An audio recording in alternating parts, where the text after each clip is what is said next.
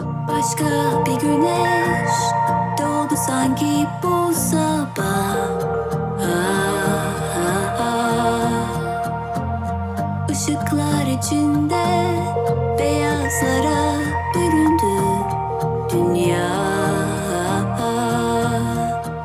Elimden tutan o ellerin cenneti gösteren, pusulam sadece bana gülen. O gözlerin bir kelimeyle değişti.